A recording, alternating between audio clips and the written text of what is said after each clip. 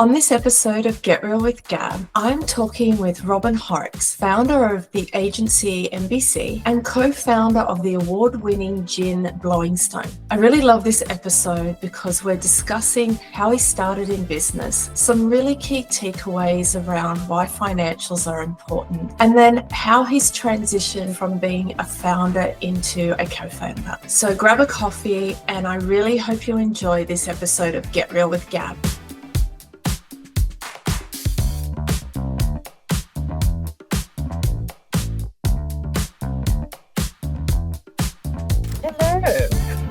Hi Gab, how are you?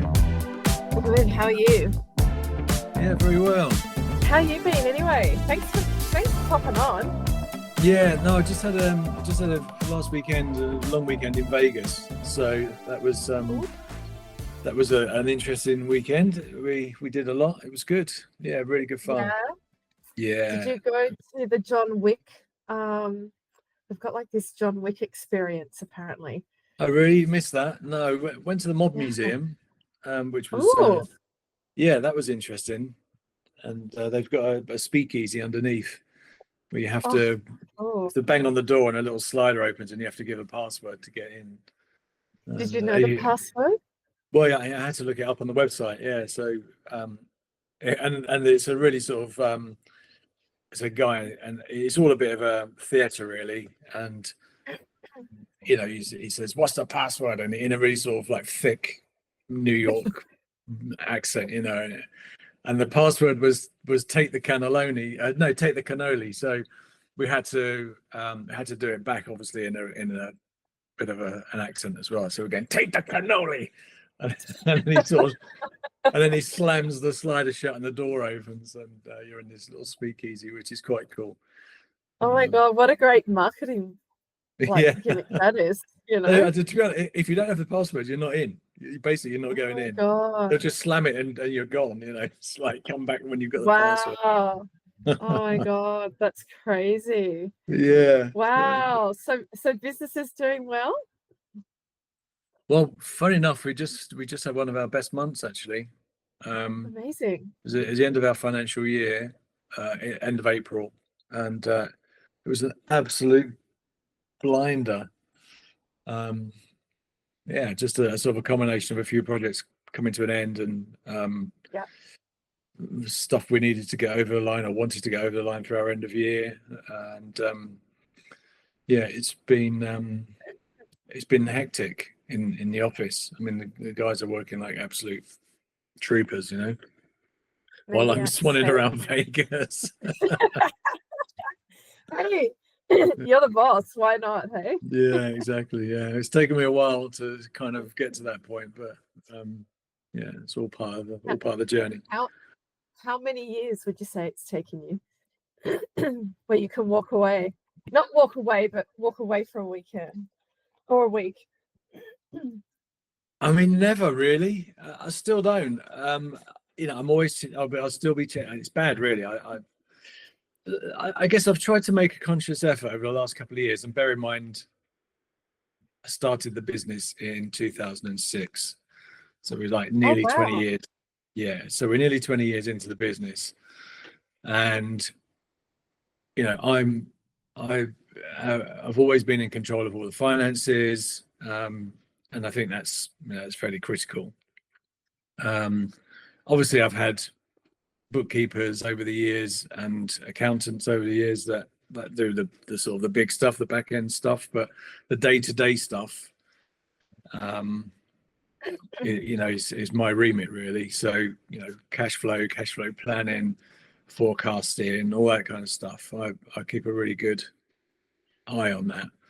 So for years now, I mean, there's been many a time where I've been sat by the pool paying salaries, you know, and things from my laptop, and with your cigar, you know, and the silver thing working on your tan, hey. I've always, yeah, I know. Almost, also to the point that I feel this sort of sense of duty as well. I always pay myself last. Of course, you know, everybody else is first on the list, and I'll be last. So I've never really been able to shake it off. The last time I went on holiday last year was the first time for a summer holiday that I've been away without my laptop. Wow. Probably since I started, and I made a conscious decision. Now, it just so happened that salaries and PAYE payments and all that kind of stuff were not in a time when I was away. Yeah. I mean, the PAYE was, and I just set that up as a payment to go, but the salaries, they'd already been done, so I was away during the sort of mid part of the month. So so I didn't have to take my laptop for that. So yeah, it was how did you feel walking away from it? yeah, I feel okay because I'm really confident that I've got a good bunch of people that are on top of it, you know, and my remit these days is to just make sure that they've got everything they need to do their job properly and to do it well, and that they've got all the technical support they need in terms of equipment and in terms of software and tools and stuff like that. Yeah. But I guess, like, for you starting out though, so 20 years ago, what were you doing before you decided to jump in? well, I was still working for myself. I had a joint venture as well, so I had a couple of things on the boil. I started working for myself quite early on in my career, in '95. So I was only 5 years or so into my career, I suppose. But I'd been made redundant 3 times by that point. Oh wow. Yeah, and I just bought my first property in '89, not long after I left college, because those days you didn't really need much of a deposit, so you can get on the ladder quite early, and quite easily. But you know, I got made redundant a few times, and I found myself, you know, with running 2 or 3. Literally, I was to pay the mortgage. I was mopping the floors in the local college from 6 until 8, and then running up to a shop from 8 until 6 in the evening. Oh God, wow. The furniture shop, and then you know, trying to make a living doing design work in the evenings, doing some freelance work. And that was kind of the low point, really. That was as low as it got, but it was, you know, it really was running from one job to another. How long did you do that for? Probably 6 months. I had the sort of 3 things on the go. It was tough, actually. Wow. I was just thinking about how exhausted you must have felt. Yeah, they were long days. days. Yeah, and it was really just to keep the roof above my head. You know, there was no extras on top of that. There were no holidays and nice cars or anything. It was just literally to keep the roof above my head. Interest rates as well were at the time pretty steep. So, you know, it was a 1-bedroom flat, but the mortgage was more than I'm paying on my house now. You know, it's or did pay on my house. So yeah, so I decided, you know, I had to take my destiny into my own hands. It wasn't the easiest route, but it was the only route for me. So I haven't had a boss since 1995. So that's nearly 30 years, apart from the tax man. I've never had a boss. Of course. Wow. And so you know, to not, for most of my working career, to have not had a boss to answer to, you know, you might think that sounds dreamy, but I'm a pretty hard taskmaster on myself. And I'm probably, you know, my own worst boss, really, because I'll just push and push and push, you know, and push myself on, not to please anybody else, but to please myself and to be satisfied in myself that that I've done enough. Do you think it's something that's been ingrained in you since you were a child, or is it something that as you've gone into your career, you've just suddenly gotten this grit or, you know, No, it started motivation early. or- No, that's a really good point, actually. It did start early. I grew up in a fairly deprived area of South London, Southwest London. I don't want any violins to come out at this point, but it's fact. I grew I up in mean, a I can start. it's Yeah. not exactly rags to riches, but you know, because the Yeah. riches haven't quite arrived yet. But the it was a tough start. You know, we were in a council estate, and you know, my parents weren't big earners, and Yeah. you know, I went to a school where, and this is absolutely no exaggeration, more people from my school went to prison than university. Wow. Right, so it was Really? fair. Wow. so It's it almost was like a rough. badge of honor. Yeah. Yeah, almost. Yeah, I didn't make it to uni, prison. I made it to uni just about, but yeah, I was first person in Were you my standing at the precipice of the crossroad to go, okay, which way Well, am I going to turn? I can actually remember looking out because it was the school was opposite a council estate, and you know, I was listening to the kids around me, and I was saying, "Oh yeah, I'm going to be a plumber. I'm going to be a carpenter. I'm going to all fantastic trades," and you know, we couldn't live without them. And there are, you know, they're the sort of lifeblood of the economy in many ways, a tradesman. I just thought to myself, I don't want to do that. And my dad was a taxi driver. That was his profession, a black cab driver in London. And I thought, I don't really want to do that either. So what can I do to change this? And that was probably about 13 that I had that. Wow, I had that thought. Yeah. pretty profound at 13. Yeah, but luckily there was enough time for me to get my head down and study for some exams. So that's kind of where it started, really. I got my head down, and I got, in those days it was O levels rather than GCSEs, but I did 10 O levels, went on to do 3 A levels, and then went to art college to do a foundation course for a year, and then did a 3-year degree course. So that was probably the most education that anyone in my family, even the wider family, had ever done. Well done, though. Well, yeah, but it was right from that early kind of realization that I didn't want to be sticking around here. Yeah. This wasn't for me, and it wasn't because I felt like I was above everybody or above everything. I just didn't want it.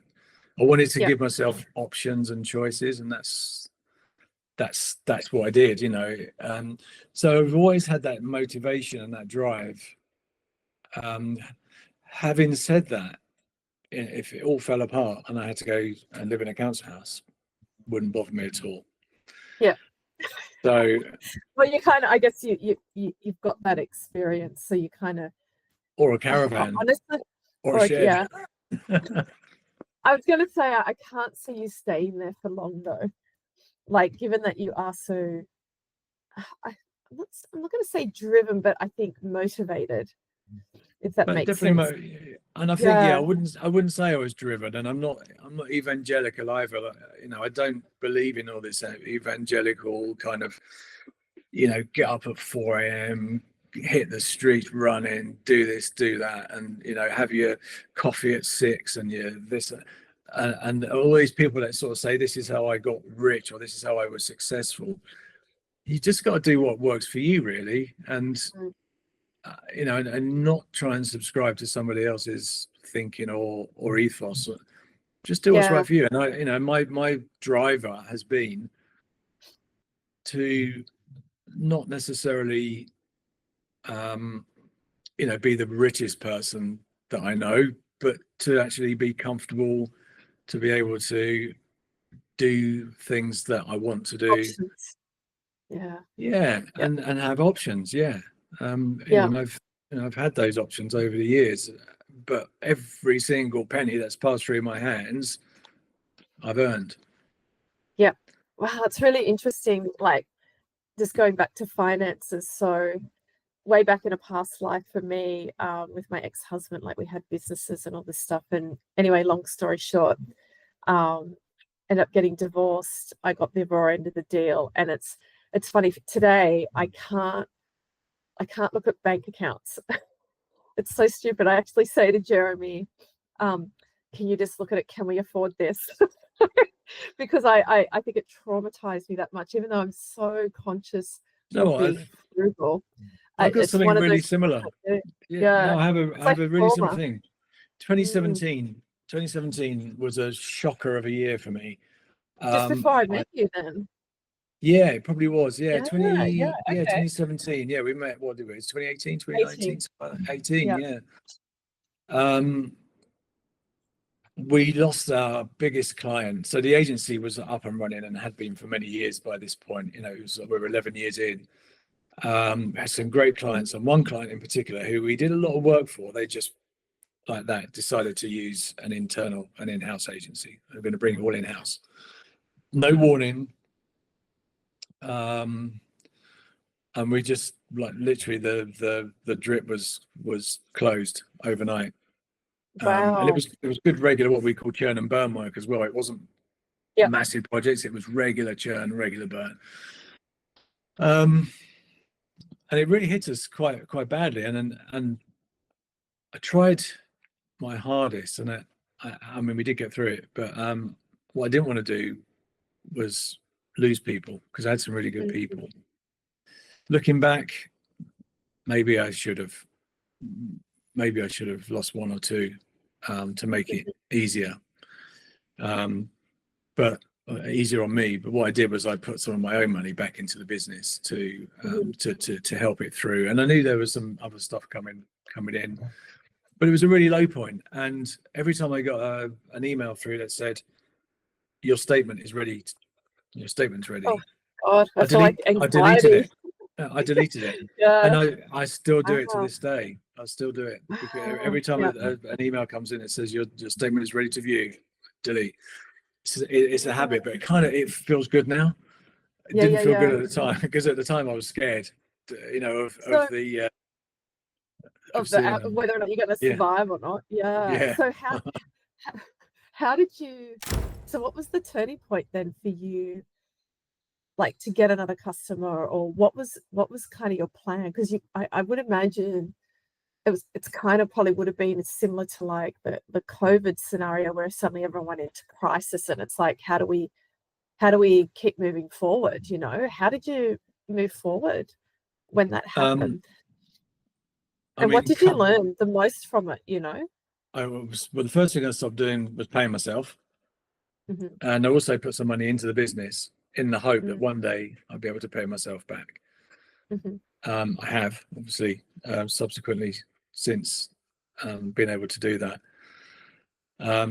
So for me, it was really important not to fail on that. And I think maybe some people would have just rolled over and taken the failure, taken the hit. But I just didn't feel ready.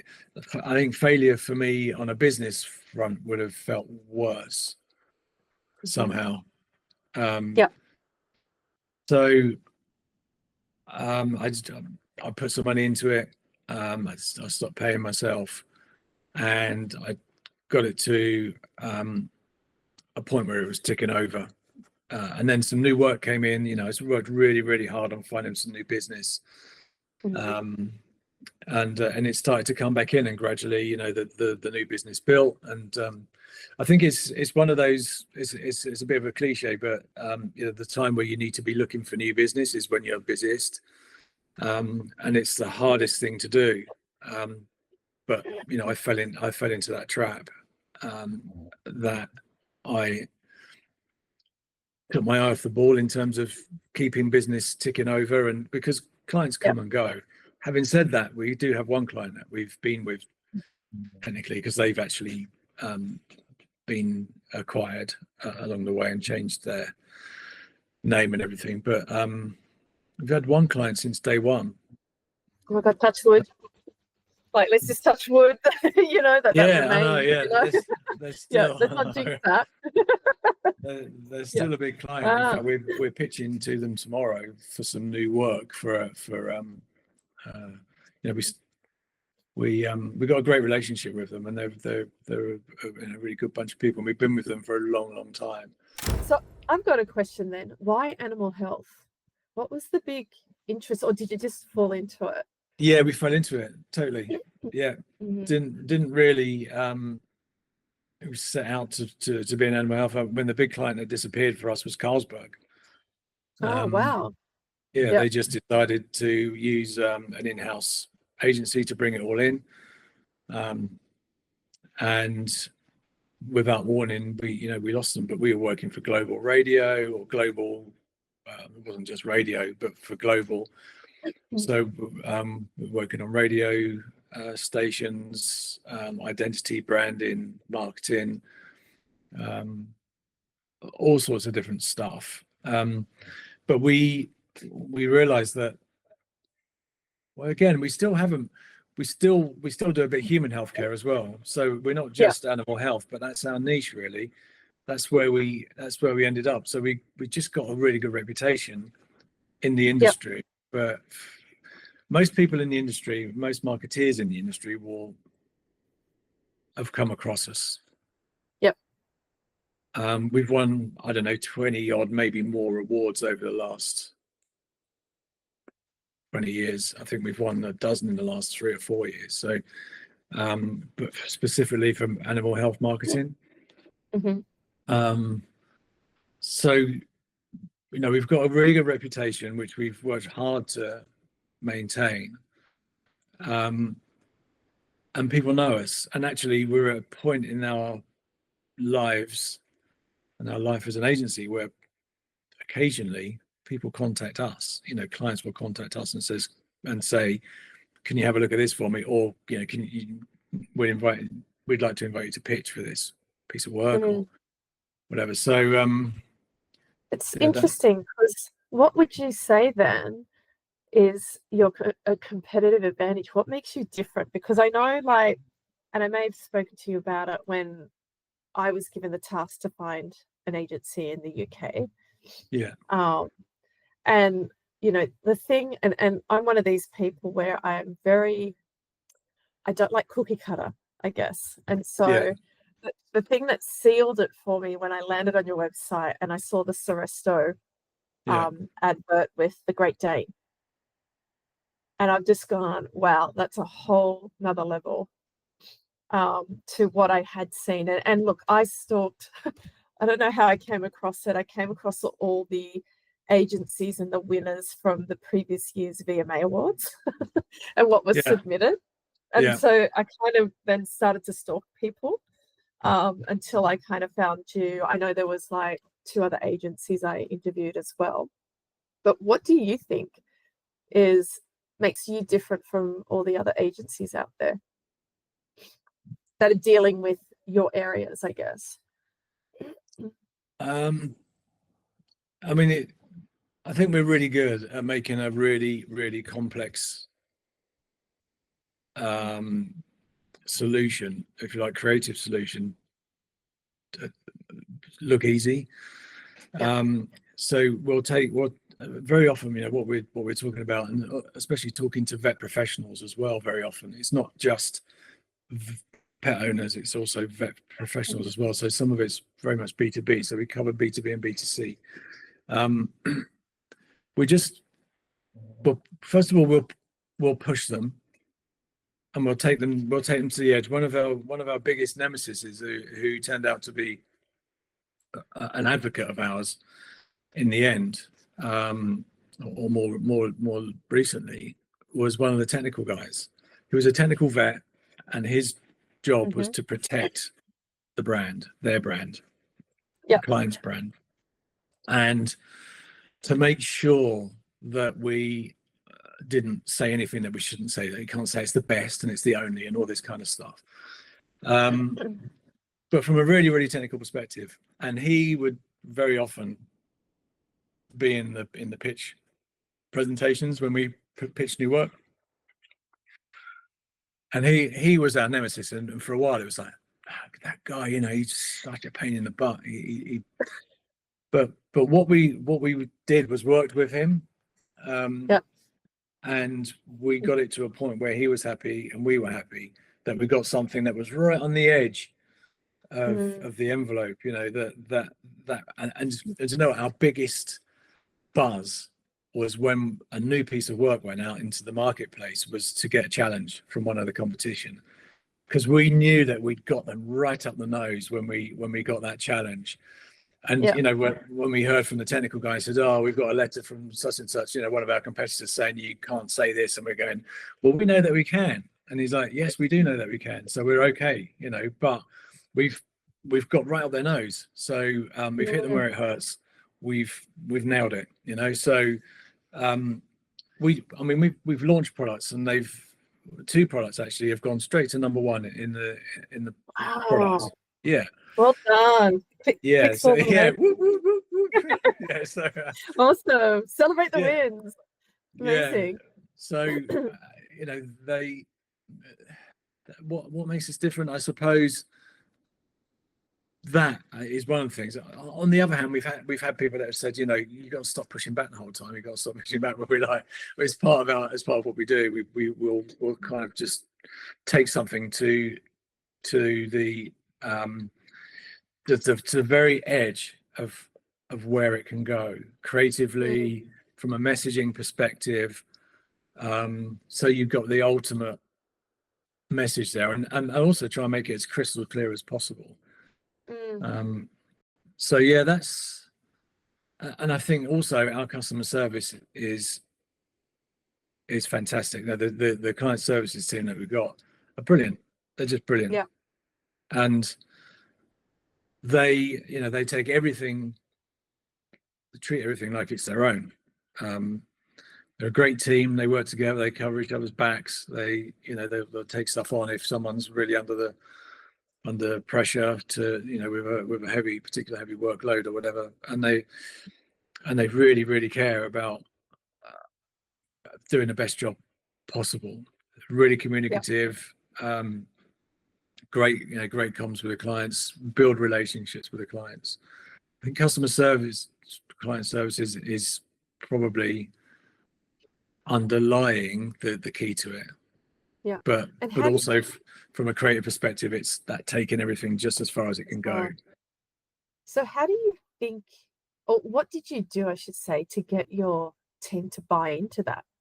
Because look, I don't know about in the UK, but here in Australia, you know, I guess employee retention is quite high, like as in, you know, finding new employees, because that, you know, churn rate is very, very high because they're either not happy or they're not this or not that. What do you do to, I guess, keep your guys? I don't know. I couldn't put my finger in. Go to Vegas for the weekend? I've got I do know the answer, but I'll come back to it. I've got Gemma, who's left me twice now, and come back twice. So she's like a boomerang. Tried working elsewhere, and yeah, she just like a boomerang, she came back. And I think what's key to it, what I think keeps them, or what enables me to keep them as people, is I give them, it's a horrible word, empowerment, I suppose. I empower them to do the best job they can do, so that they feel like they're doing it for themselves and not for me. Yeah. I think that's what it is. Yeah. So I need people that have that sort of self-motivation, and that are self-starters, and that can start and finish a project and not, you know, waver and dilly-dally along the way. So I think it's that. I think if you were to ask anyone that works for me, why do you work for him? And I support them really well. You know, we've all got lives to lead outside of work, and if there's ever an issue, you know, I'll be there to get them through it and support them in any which way, whether it's a health issue, whether it's a personal issue, relationship issue, or whatever. You know, I've sort of been there to coach people through that on a personal level, but also, you know, I don't micromanage. I don't think that's a healthy way of managing people. Well, it's hard to grow when you micromanage as well. Yeah, and it did take me a while to be able to delegate, I suppose. But once you've delegated and you know that the job's done, well, this is the trick, really. You employ people that are better than you are. So, you know, I would say that, you know, everybody in client services does a better job than I could do.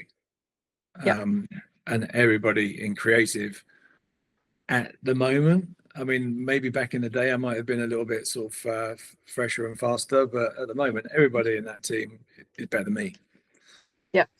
So by the same token, I've still got an absolute grip on who does what, and what the sort of like the division of labor is, and you know, where we need to strengthen, where we might be weak. You know, we just identified a weakness last year. We said, well, you know, we've got a bit of a weakness on this front. Therefore, you know, we need to do something, and we've done something. We've employed an extra person to fill that space, and you know, it's going great. So I think it's empowerment, really. That's the key to it, empowering people to do the best job that they can do, but not for them to feel like they're doing it for anybody else but themselves. No, that's actually really good advice, because I guess that's the biggest challenge at the moment, is how do you let go to give empowerment, to trust your team, Takes to get a the while. job done. It does. So it took a long time for me, and you know, people would say to me, you've got to let go, but you know, when you do, it's quite liberating, and you think, actually, that worked all right. In fact, that's a better outcome than if I'd have had any stake in that. So you know, employ people that are better than you, and on that note, not people that want your job or that want to take the business off of you, but employ people that are better than you, and empower them to do their job as best they can, and give them the tools that they need to do the best they can. And then when the shit hits the fan, whether it's business related, personal life, or health related, whatever, help them through it. So have you had any aha moments throughout your career, especially in the last 20 years, where you've just gone, wow, that's just like, makes so much sense, or you've kind of realized something about either yourself, the business? Yeah, there was a moment, actually, and it was just after the 2017 Annus Horribilis, which was it was a big learning. You know, a lot of learnings came from it. And I'd had a bookkeeper for a long time, and she worked in-house a couple of days a week. And what I realized was that she spent a lot of her time protecting me and the business. Wow. She wasn't the most popular person with anybody, clients, suppliers, or staff, to be honest. But it wasn't until she left, and she retired, actually, when she left, that I realized that she'd really protected me, and the business, and that was you know, her sole purpose. So when she did leave, I thought, right, well, I better get a grip here on the numbers, because until that point I left it to her. Wow, interesting. And and I mean, I see the numbers at the end of the month. And I knew you know, where we were going in the month, you know, where we were tracking towards. So I knew that. So, but the actual nitty gritty of the numbers, I hadn't really got that involved with. So the sort of eureka moment was when I started to dig deep into the numbers, which I'd always avoided. I'm not particularly a numeric person, you know. I sort of got the basic maths qualification you can get and left it there. But I don't know if it's because I've got a fairly visual mind, but I actually quite enjoy looking at the numbers. So I would suggest to anybody, if you're going to start a business, or if you're in a business, get your head around the numbers and look for consistencies, but more importantly, look for inconsistencies. Look for patterns, see patterns, and if you see a pattern that's not quite working somewhere, Yeah. look deeper, Fix look the deeper, pattern. Yeah. and at that, it was that point when this person left, I dug into numbers and I was like, oh, that's why this happens, and that's what that's all about. Yeah. Wow. So what she did was she enabled me to run the business, Hmm. and she dealt with the numbers. But now I feel like I've added that subsequently to the skill, my personal skill set, and I can look Yeah. at a balance sheet or a spreadsheet now, and I can see straight away where it's at.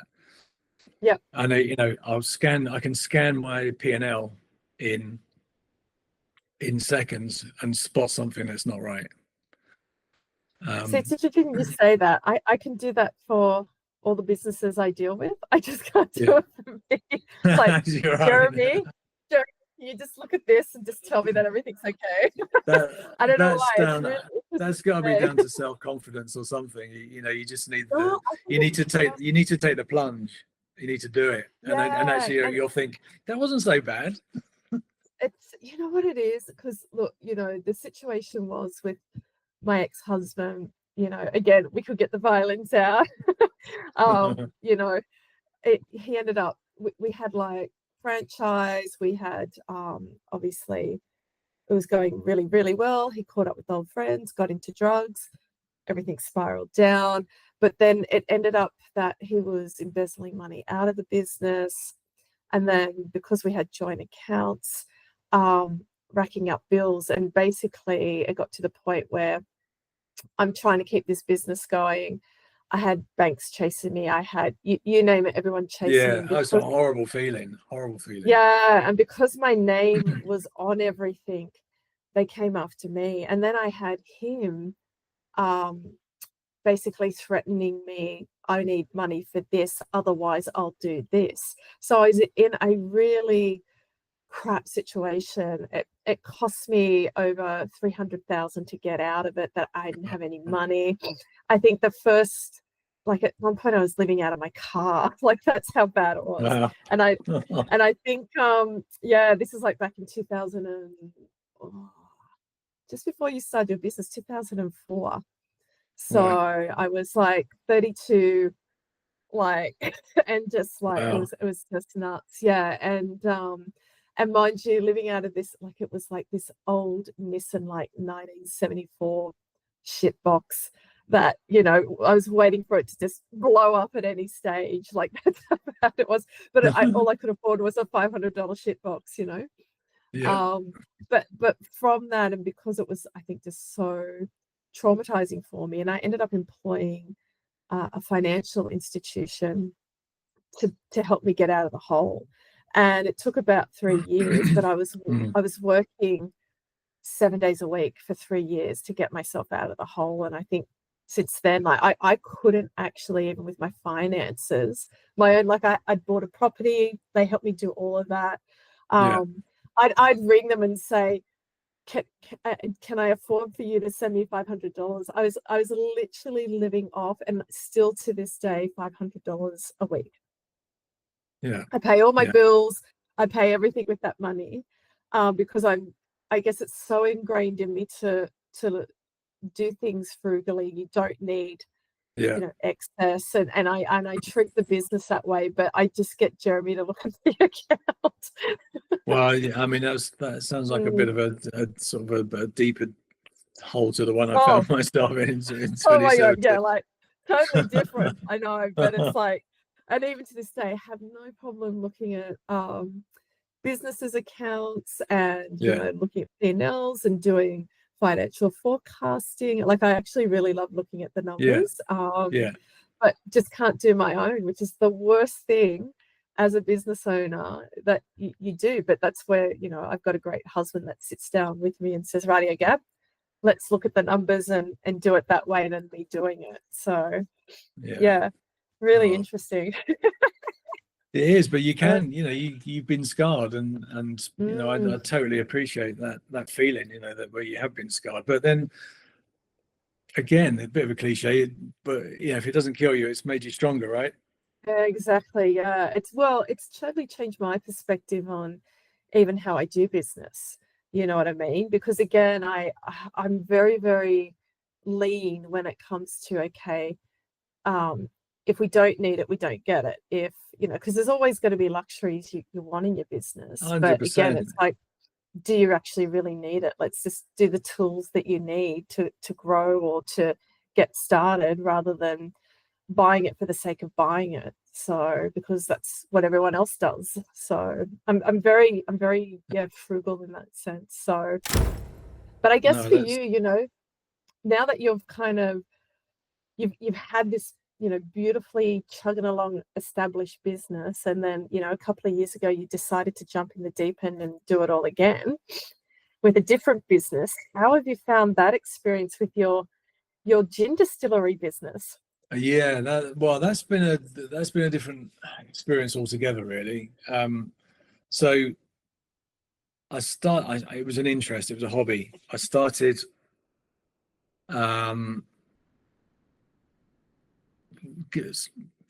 thinking about how gin is. I did some work, actually. It was a bit of branding work that I did through my agency for another gin company, quite a well-established gin brand. And I went to see the distillery, and I went to meet the guys there and learned a bit about the process. I thought, this is pretty cool. And it was around the middle of the sort of gin boom. You know, the curve has definitely flattened off now, but which is why we're diversifying, which is another story. But I was quite fascinated by it, and I started looking at equipment. I thought, well, I'm going to give this a go. And the first one I did was a little, like a tobacco tin, an old-fashioned tobacco tin full of botanicals, and I poured it in some vodka and left it for a couple of days. And it kind of tasted like gin, but it was flavored vodka, really.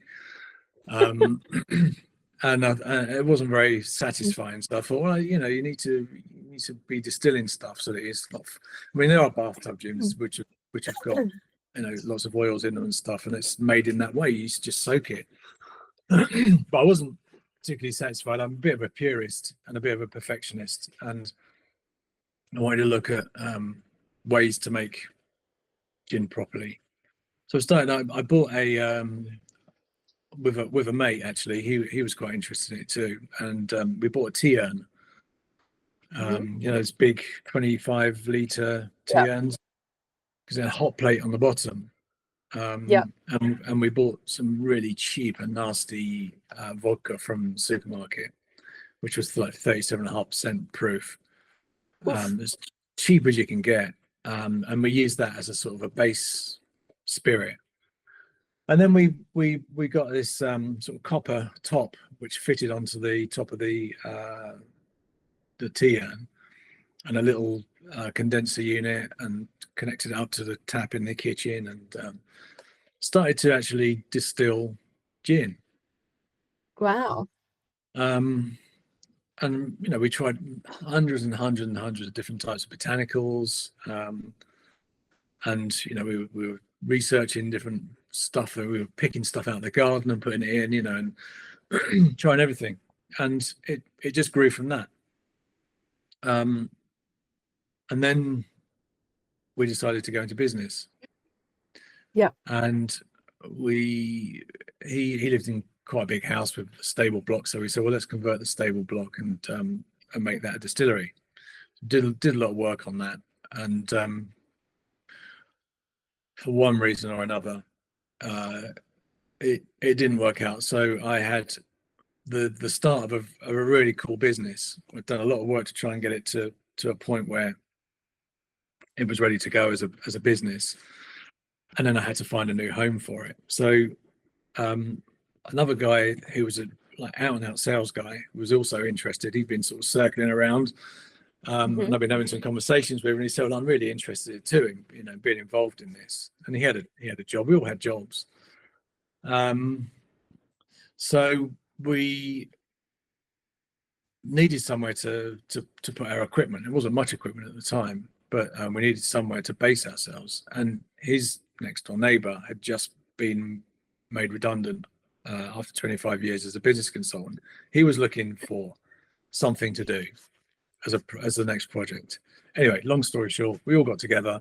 We all decided that we were going to make a business, the three of us. And the guy who's just been made redundant said that we could host it in his garage. He had a quite big sort of triple garage that we could convert into a sort of makeshift distillery. And that's where it all began, really. We started to buy bigger kit, bigger versions of everything, and made our own, sort of perfected the recipe, really. And the first bottle that we sold was actually we made a gin that was half decent. I say it was half decent. We launched this gin almost by accident. We set out to make one gin, but we couldn't get we wanted a custom, because we were quite late in the journey of this sort of gin boom. We didn't want to just be an also ran and come in late and then just fall behind. We wanted to try and leapfrog some of the other gins. So we thought, well, let's go large on this, and let's create a custom bottle from day one, make it look like, you know, the most fantastic looking thing you've ever seen, and hopefully, you know, it'll get us into the market at a really good place, and then leapfrog some of these smaller brands that you know, haven't invested in their own glass and all this kind of stuff. So that was our thinking. But we struggled to find the right person, the right company to work with to get this bottle to work, because it wasn't an easy bottle. It's quite a curvy one. And it wasn't an easy one to make. So we took ourselves off for a bit of a brainstorming session up to it's Snowdonia. And we literally climbed up Snowdon one day, and we were shooting ideas around. And we came up with the idea that what we would do is we would produce a gin now in a standard bottle, but customize it, which was easier. But give it a different brand so that we weren't sort of changing bottles midway. So we came up with this brand, a first brand called the Blowing Stone, and that had the story behind it. And this is a story we came up with up Snowdon, were related to the distillery. Where the distillery was placed was the site of the Battle of Ashdown. And the Battle of Ashdown was a battle between the Vikings and the Anglo-Saxons, which happened in 891, I think it was, or 871. Anyway, 1,000 years ago, let's say.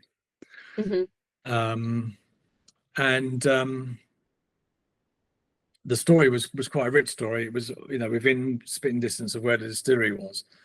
And what we decided to do was that we would only use flavor botanicals that you could forage 1,000 years ago at the time of the Battle of Ashdown. Oh wow! How would you even find that info out? Well, we looked at the sort of the paths that they took. The Saxons were coming in from the east, and Vikings were coming in from the east, and the Anglo-Saxons were coming up from Winchester. So it's Reading to Winchester kind of route. It was along the Ridgeway. So we went up the Ridgeway, and we saw what was there. You know, and we saw wild gorse. So we thought, well, let's try wild gorse. It's fantastic in a gin. It makes it really creamy and smooth, and it's got quite sort of pineapple-y, coconutty flavour. There was crab apples, wild strawberries, and these are all the flavours that we brought into the gin. So we called that the Blowing Stone, because in the Battle of Ashdown there was this sarsen stone on the Ridgeway that Alfred the Great blew into to signal the start of battle, and it was a big stone with holes in it, and it's still you can still go and blow into this thing and make a noise, but that was the signal. And it's called the Blowing Stone. So we called the gin the Blowing Stone, and we released it in December, just in the run up to Christmas, and in March it won Best English London Dry. It was our first.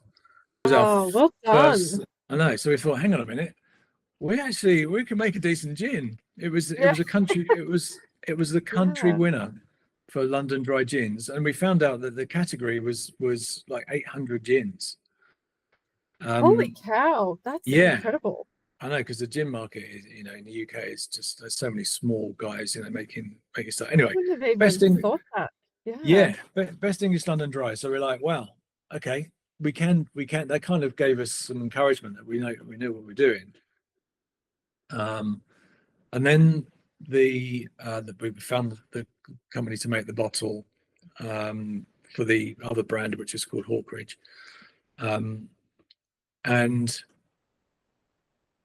we launched that through a company called the Craft Gin Club, which is a subscription club. So we Interesting. so we work with them, and that got the product in front of over 100,000 gin enthusiasts. Wow. Well done. Basically into their living room.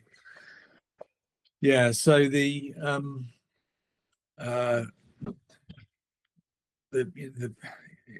was, I mean, it kind of gave us some confidence that we were good, because also this company, when they selected the gins, they wouldn't select any old gin. They had to go through a selection process. So it was so that was kind of how we got to making gin. We also started making gin for other people, because we got a reputation that we could make a decent gin. And a big chunk of our business is white label. I was going to say white label. Yeah. And last year, 5 years in, so we started in 2019, really.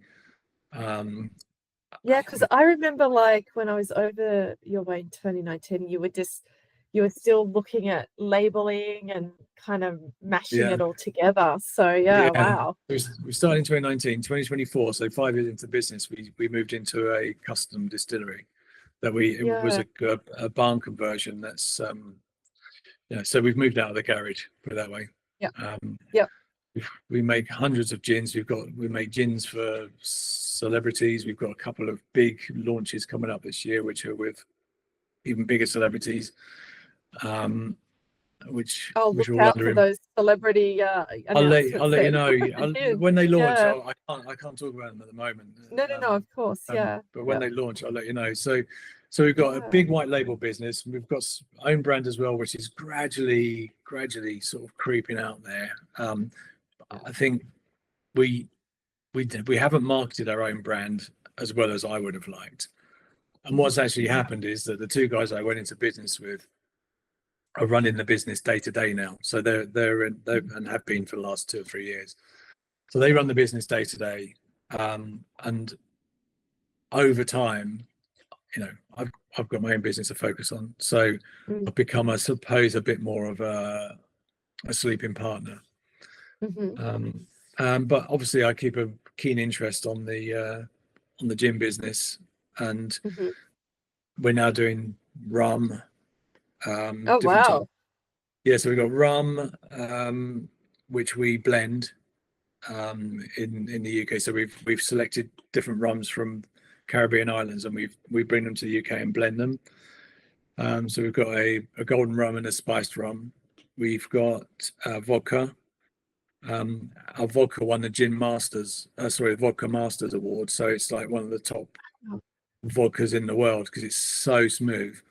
And one of our secrets is I can look out my office window now, and I can look at my beehives, which are at the top of the garden. And we put our own honey into the vodka, and it just gives it such a smooth finish. It doesn't really change the flavor, but I think there's some oil in it, or the chemical reaction or something. Some kind, maybe it's a catalyst for some other reaction, but it makes it so smooth. I guess it's almost like with Jersey cows in Switzerland. Like, I always say this to people over here in Australia, because Australians cannot make croissants, and they've got like a few brands here that are doing croissants, and I'm like, no, they're not croissants. And I think it's because whatever's in the Jersey cow milk to make the butter. Like, when you look at the croissants in Switzerland, they're not greasy. Over here, you've got, like, by the time you finish, you've probably got, like, a kilo of butter on your hands, and it's got And it's that real kind of fatty, buttery taste, you know what I Yeah, mean? So it's yeah, probably yeah, something similar, like it's whatever your bees are bringing back to the hive, and then that yeah, reaction with it is probably a really yeah. unique component. It's some kind of Mm, it is some kind of magic, I think, that happens in the yeah, chemistry. But yeah, yeah, so I very much stepped back from that business because it's being run, by the other two guys. We've got a staff of about eight or nine people, some part timers, because they go wow. for labeling and things. Have you So, found the business mindset has been the same for you or different? well, okay, so the challenge that I had with the gym business is that I got two business partners, right? Mm, With my business, it's just me, yeah. and to have two business partners all of a sudden, um, it's not quite like having a boss, but you do have to, run ideas past other people.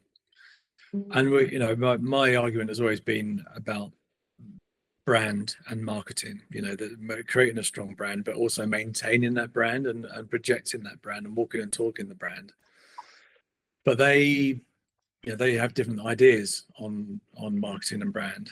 mhm, So, I've been um, I've tried my hardest to sort of maintain that integrity of the yeah. brand, and it's kind of there. And we say with the brand is expanding, so we've got a whiskey now as well, which we're going to be distilling in house. And we've got various offshoots, flavored vodkas, limoncello, really nice limoncello, slow gin, all this kind of stuff. We've got all this, so we're not just doing gin anymore, which I think is important for the longer term. And tequila as well. I think we're only one of 3 distilleries in the UK that's got a license to Oh, bottle tequila, because obviously you can't make tequila in the UK, but you need a license to bottle it, which we've got from the Mexican government. yeah. Um, so I think we're doing all the right things, apart from really, really pushing our brand hard from a marketing perspective. Mhm, But I think that's what that's done is made it grow slower. But it's heading in the right direction, and mm, I think the business seems to be in a good place. mm. But I'd have done it differently. Let's put it that way. Yeah, yeah, yeah. But sometimes I guess slow and a slow pace is better than a fast pace. You know what I mean? And I guess there's always that fine line of like growth and when you are on that precipice of growth where it's going from 0 up that curve, it's like how do you maintain that integrity of your brand because once you hit on it, it grows quite fast. Even though you Yeah, in the last 5 years, you guys have done phenomenal, with what you've branched out and all your white labeling. But again, in terms of, I guess, what your original product was and getting that to where it needs to be, again, that's another step on top of that, if you know what I mean. So yeah. yeah, yeah. I think brand is crucial. You Mm, can never underestimate the power of a brand. And I just my I suppose what you do, and this is another sort of learning experience, is you learn to pick your battles, don't you? And mm, I could really upset myself and make myself, you know, frustrated and annoyed and angry about certain decisions that get made. mm, Um, but you just got to learn to pick your battles and try and get that balance between um, making sure that it's not being abused, if you like, as a brand, mm. and making sure there's still some level of recognizable integrity to the brand as well. Yeah, And that, it's doing okay. I can't knock it. The business is in a really good place. yeah, Um, amazing. Well done. Clicks again. yeah, Clicks again. yeah, So yeah. I know, I know we're going to be finishing up very shortly, but Yeah, I kind of just had one question for you because I know you're starting your day in the UK. It's what 11 a.m. at the moment, Yeah, is it? 11, Yeah. 11. No, it's Just just gone after midday. 11? Yeah. Yeah. Oh, I see you're 3 hours ahead. Okay, so Yeah. it's 9 p.m. here. So I guess then what's next for you? You've got these two great businesses. Are you going to add a third? Are you going No. to No. Are you just No. going to see what happens? Like, what's Yeah. next? What's next So for Robin? well, I mean, there's I don't know is the answer. Yeah. Are you Retirement, going to obviously. you're going to go and start a band and, suddenly go down that journey? Like, Yeah, there's a lot of stuff. You get to a certain age, and I've just had a big birthday, hence the trip to Vegas. You get to a certain age, and you start to think about what comes next. And with the creative agency, there's various options I could take. I mean, I've sort of mooted an MBO at some point as a potential exit for me. I could sell the whole thing lock, stock and barrel. I could just close the whole thing down and walk away.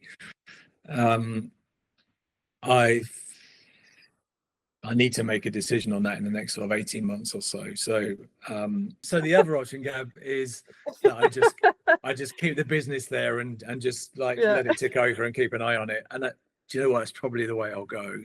I think. Yeah. As long as it can stay there and I can take an income from it, keep everybody that's working for me in employment in a job that they enjoy, and doing work that they enjoy as well. Maybe that's the way I just leave it and sort of enter semi-retirement. And with the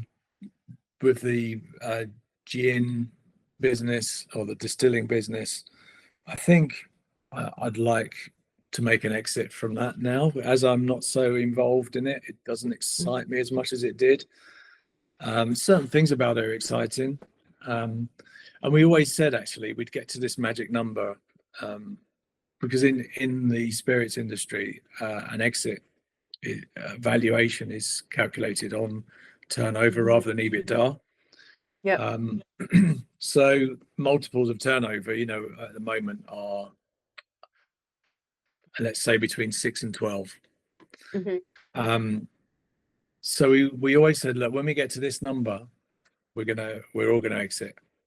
And I think we'll hit that number this year. So watch this space, I guess. Wow. Oh my God. Clicks again. That's amazing. Well done. We'll see. Yeah. Well, when you look at businesses' journeys, 5 years is a really short time to get to the number that you wanted to get to exit. It's generally, a 10, 15, sometimes 20-year journey for some businesses. So well done. Yeah. Well, I mean, if they don't want to exit, I might still just sort of take the money and run, really. But that one for me is actually more certain than the design business or the creative agency, because that's my baby. It's 100% mine. The other business is 30% mine. And I've got less of a say in it. It doesn't necessarily excite me as much. But it could be fantastic. But because I'm not so involved in it day to day, it doesn't excite me as much. So yeah, of course. If you were, it'd be a different scenario, I guess. Yeah. So I think we'll get to a point and we'll either make a decision together to offload, or they might want to buy me out, or somebody else might want to buy me out. I don't know, but we'll see. So I think that one's probably a closer conversation than the creative agency. But we'll see. I just hope I get back to the UK in at least the next 12 months, so I can at least go there, have a gin. Yeah, you must. Have a bit of a party up with you. We can do a gin school, and I'll teach you how to actually make gin. That's one of the things we've got at the new distillery. Is we've got mini stills, 2-litre stills, and we run schools so people can come and they can select their botanicals, and they can Yeah. So if you do come over, well, when you come over, let's not say if, let's say when. No, there'll definitely be a when, and I reckon it'll be next year because Jeremy and I were thinking of doing, well, I haven't decided. It's either going to be Greenland, Iceland, Shetland, Faroe Islands. Like, I just want to do all the Nordic kind of Viking kind of things. So I think in a past life I probably was a Viking or something. But I was, yeah. Well, I've got some Viking me. Yeah, so it's a cross between. Well, it's funny. I haven't gotten my my genetic DNA thing, whatever it is, done because I'm too afraid that the results will be no Viking. Because I'm like, I know I really have an affinity to those countries, like dark Nordic crime series, like like I said to Jeremy, let's go to Svalbard. And he's like, why do you want to go to Svalbard? I don't know, it just looks really cool, like so we definitely will get over that way next year for a trip for sure. So so I'm definitely going to hit you up and see this awesome place that you've created. And like I have a friend of mine that does beer brewing. He has these contraptions at home, and he's like an engineer. He's a civil. He does water, so whatever that engineer is. He's a full-on heavy metal. He's like my bandmate that I go see bands with. And then he's like this nutty beer brewer, like home brewer that's won some awards. And I keep saying to him, we need to like build this maybe as you get close to retirement. And I said, and the best thing you could call it was metal liquor, heavy metal. It's liquor, and it'd be so cool as a beer name, So anyway, maybe not, but so it just made me think if there was a genre called window, it would end up being window liquor, but that's another story. That's a terrible joke. Oh dear. Hilarious. Well, look, I really appreciate you spending time. Get yourself over, Gab. Bring Jeremy and definitely will. We'll give you a tour. It's a real destination, the distillery now. It's a fantastic place. Nice. And as while I can make use of free booze, then I obviously will. Of course. As long as possible. Why not? Maybe that's part of the exit strategy written into the exit strategy. Maybe just life, life supply of free booze, but definitely awesome. Do it. Come over, we'll do it. Awesome. Well, I appreciate your time, and congratulations on all the wins and everything that's happened over the last 20 odd years for you. It's amazing. Well done. It's been a ride, but it's it's in a good place, and it's nice to be able to say that, to be honest, because there have been times where I haven't been able to say that, but it's I think those times you learn a lot from them. They make you stronger. And as long as there's a positive to come out of it, sometimes you have to kind of ride those bumps a little bit to make it work better. Totally agree. I feel like I've done that. I feel like I've earned my stripes. So if I do enter semi-retirement, or when I do, I'll feel like I've earned it. Well, just think, you can sit on your armchair with your laptop, your silver sun tanning, bit of apparatus, your cigar and your gin. Sounds like a good plan, hey? Sounds like an afternoon. Sounds like an afternoon. Well, give my love to the team. Will do. Nice speaking to you again, and I will definitely be in touch. Okay. Good. All right, Robin. Thanks so much. Love your work, sweet. See you later. Take care. Bye. Bye.